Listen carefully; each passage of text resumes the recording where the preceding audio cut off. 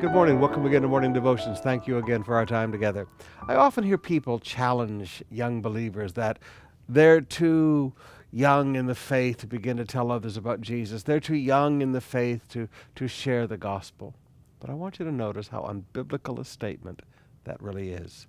In Acts chapter 9, about partway through verse 19, for some days he was with the disciples at Damascus. Verse 20, and he, Paul, immediately proclaimed Jesus in the synagogue, saying, He is the Son of God. Immediately he proclaimed Jesus in the synagogues. Immediately, Paul stood up and began to preach the gospel to people.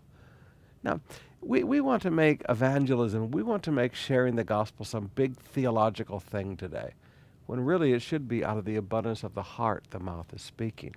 When you've got a heart full of Jesus, to be honest, probably the greatest evangelizers today are young Christians because they're just so happy to be saved. No, they don't know all the theology of everything, but they do know Jesus.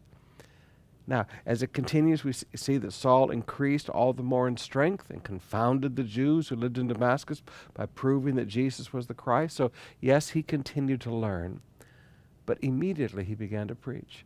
I want to challenge you today, if you're a baby Christian, don't let anybody hold you back from talking about the faith. The Great Commission is not for the, quote, mature. The Great Commission is for every believer.